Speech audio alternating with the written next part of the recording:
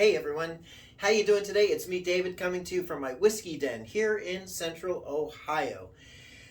And, you know, in the last 10, 15 years, American whiskey, especially bourbon, has made such a comeback. And it's in this renaissance once again. It's like the second wave of bourbon enjoyment. And more people are discovering this type of whiskey. But sometimes they don't know what exactly is bourbon. I mean, they go into a liquor store and you see stuff like Johnny Walker, which is Scotch, or like Crown Royal, which is Canadian, and they're like, well, what's the difference? What exactly is bourbon, and how is it different from this other stuff? Well, we're not going to talk about the differences, but I thought maybe to answer that question, I discovered a series of videos. I had a relative back in the late 60s going into the 70s who had a similar program to what I'm doing here on YouTube. They had it on a public access television station. So let's see what my relative had to say when asked the same question back in 1969. Hello, and welcome to another edition of Whiskey Talk. I am your host, David Elliott. On today's episode, we will be addressing an inquiry from one of our viewers. Mr. Brett Cotton of Ramona, California asks this: Dear Mr. Elliott, what exactly goes into bourbon? What is it? Is it a combination of rice and wheat, barley, corn, and other grains from America's heartland plains? Well, Mr. Cotton, we have the answer for you today. But first, let me just let you know that bourbon whiskey is indeed an American treasure, enjoyed by men, made by men, and for men throughout the fruited plains. While your wife is drinking her white wine, or perhaps enjoying a cocktail from a tiki bar with a little foo-foo umbrella and fruit in it, as men we enjoy fine Kentucky bourbon, such as Old Fitzgerald bourbon. So, to answer your question, Mr. Cotton, here is what we have, man to man. Oh, sorry. Well, first off, that relative of mine didn't have much to say about answering that question. Plus, I'm sorry for some of the chauvinistic remarks that you may have gleaned. But let's answer that question for Mr. Brett Cotton out of Ramona, California right now, shall we?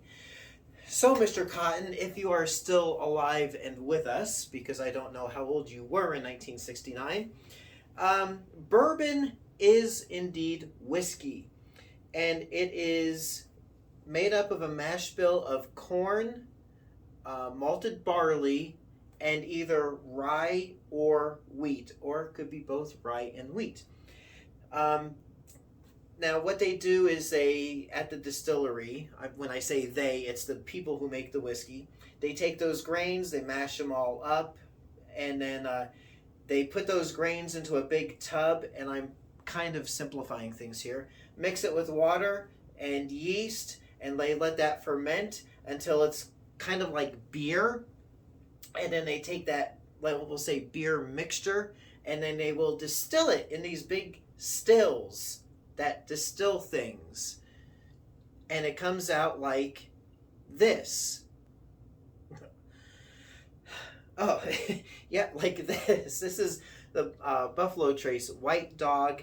This is what the liquid looks like before it goes into barrels for aging. And this is their number one mash, which is corn, rye, and malted barley. This is 125 proof. And that's the next thing I'm going to talk about is bourbon goes into the barrel, goes into newly charred oak barrels looking like this, needs to age for at least 2 years to be called bourbon. So if it's aged for 1 year, 11 months, and 30 days, it ain't bourbon. Can't be called that. And this white dog liquor needs to be barreled at a maximum of 160 proof, which is 160 proof, 80% alcohol content, and it gets bottled. So here, that's the Buffalo Trace. So after X amount of years, I think this was aged about 6 years, perhaps. I do not know. It doesn't say. But after aging, then Buffalo Trace will take all their barrels for that batch, and then they will do a mixture of what the master distiller likes the best into that blend, and then it gets bottled. And this is 90 proof, which means if it, let's say this comes out of the barrel at 110 proof, then they got to add water to bring it down to that 90 proof.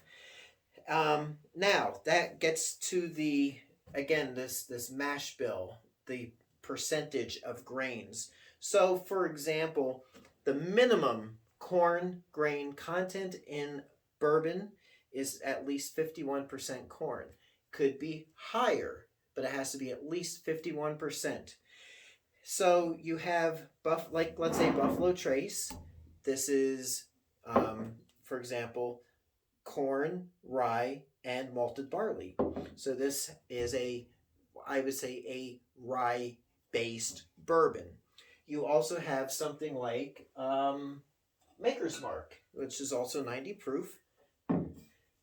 But this is corn, barley, and wheat. So a wheated bourbon substitutes the rye for wheat. And that gives you a softer, more wheaty taste. But regardless, so some people may think with rye in it, this might be a little bit more harsh or hot. But with the wheat, it kind of brings down that hotness, if you know what I mean. Now, then you have other bourbons, like this is out of Middle West Distillery here in Ohio. And they call this their straight wheated bourbon whiskey. But this whiskey, this bourbon, has at least that 51% corn, but it also includes soft winter wheat and dark pumpernickel rye and the malted barley. So you can have a bourbon as long as it's got that 51% minimum corn content, it is bourbon. If you mix 4 grains together, it's still bourbon. All right, there we go. And bourbon doesn't have to be made in Kentucky to be considered or called bourbon. Did you know that? Huh? I did. So you have distilleries all over the United States that make bourbon. However, I think it can only be made here in the United States. So in, let's say, Australia, I don't think they can make something that's exactly like bourbon, but I don't think they can call it bourbon. But if you're in Australia or another country like Ireland, laddies, let me know in the comments.